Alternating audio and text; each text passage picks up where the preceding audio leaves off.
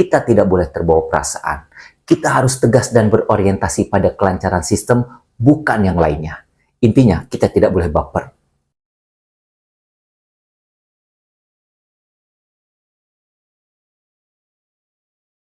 Hai teman-teman, kita sudah sampai di bagian yang berjudul bagaimana menjadi pemimpin era YZ yang agile. Setelah mempelajari 5 video sebelumnya, saya yakin pasti teman-teman menyadari betapa menjadi pemimpin era YZ itu sungguh-sungguh menantang. Betapa tidak, saya sudah menjelaskan banyak hal, mulai dari faktor ego dan emosi, tantangan kepemimpinan, keahlian-keahlian yang wajib kita kuasai, dan lain sebagainya. Kemudian teman-teman mungkin bertanya, bisakah saya menghadapi semua itu? Jawabannya adalah tentu bisa. Untuk sukses memimpin di era YZ ini, kita wajib memiliki sifat atau karakter agile. Itu adalah satu hal utama yang wajib kita ingat terus. Agile.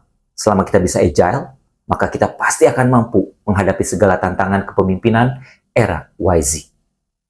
Sekarang mari kita mulai pembahasan tentang bagaimana menjadi pemimpin era YZ yang agile. Apa sih agile itu?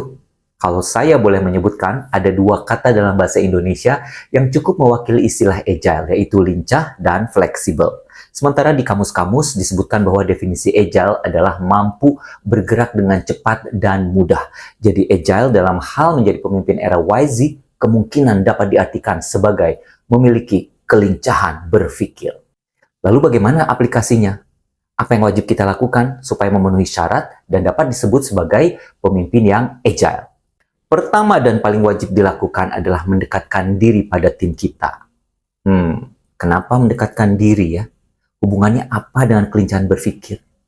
Tentu saja teman-teman masih ingat kan di video tentang Zene bahwa kepemimpinan adalah tentang manusia. Dalam profesi kita, manusia yang kita pimpin itu adalah terutama anggota tim kita.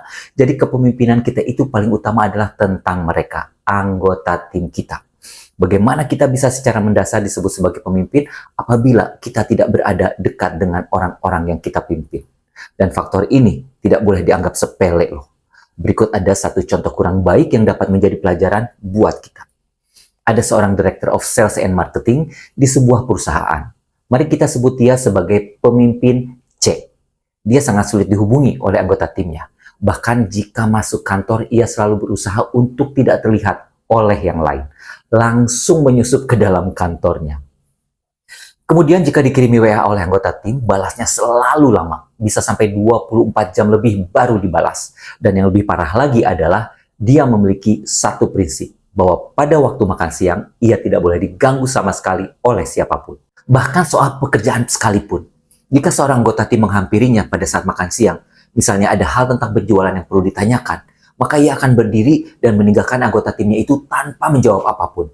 Demikian pula jika terjadi sesuatu kepada timnya, ia selalu menyerahkan urusan itu ke HRD tanpa mau terlibat lebih dalam untuk melakukan coaching dan konseling. Bagaimana menurut teman-teman? Mengapa pemimpin C seperti itu? Dapatkah ia disebut sebagai pemimpin agile? Mari kita lanjutkan ceritanya. Jadi sifat pemimpin C itu membuat semua anggota tim merasa khawatir karena mereka merasa tidak ada pegangan. Jangankan disebut sebagai pemimpin agile, bahkan anggota tim pemimpin C merasa tidak punya pemimpin di kantor.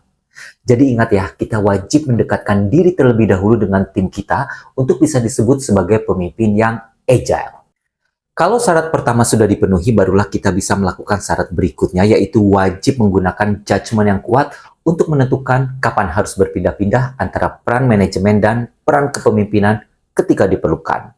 Nah, di langkah kedua ini ada 3 istilah yang harus saya jelaskan, yaitu peran manajemen, peran kepemimpinan, dan judgement yang kuat. Saya akan menjelaskannya dari yang pertama dulu ya.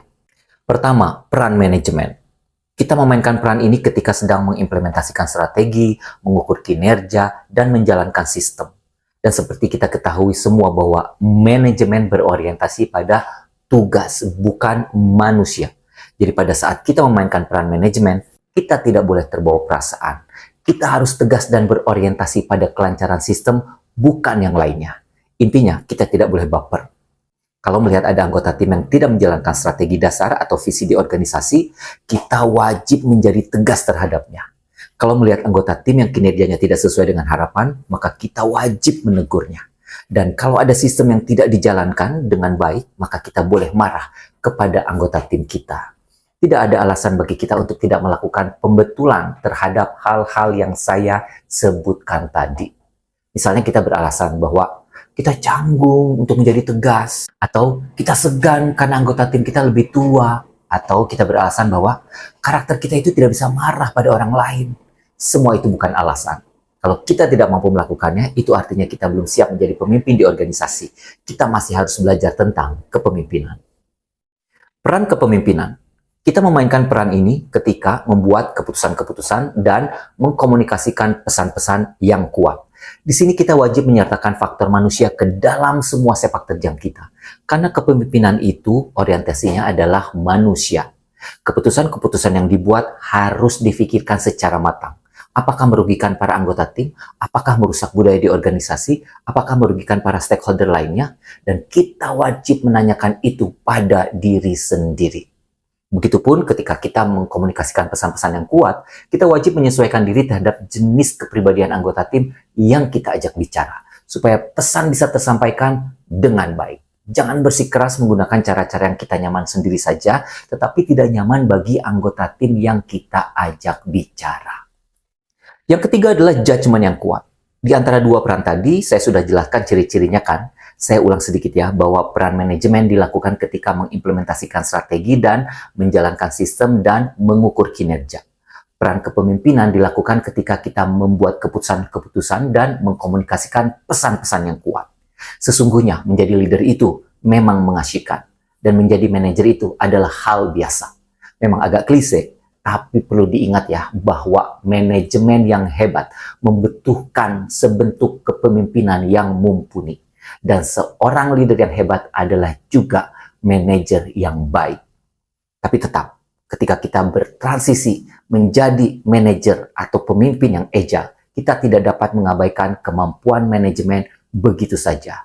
Untuk bisa memiliki kredibilitas tinggi sebagai leader, kita harus mempelajari masa lalu, apa yang terjadi pada saat ini, dan pada saat yang bersamaan berfokus pada masa depan. Itulah dua hal yang wajib kita lakukan untuk bisa disebut sebagai pemimpin era YZ yang agile. Kita ulang sekali lagi ya. Pertama, mendekatkan diri pada anggota tim, dan yang kedua, menggunakan judgement yang kuat untuk berpindah-pindah antara peran manajemen dan peran kepemimpinan.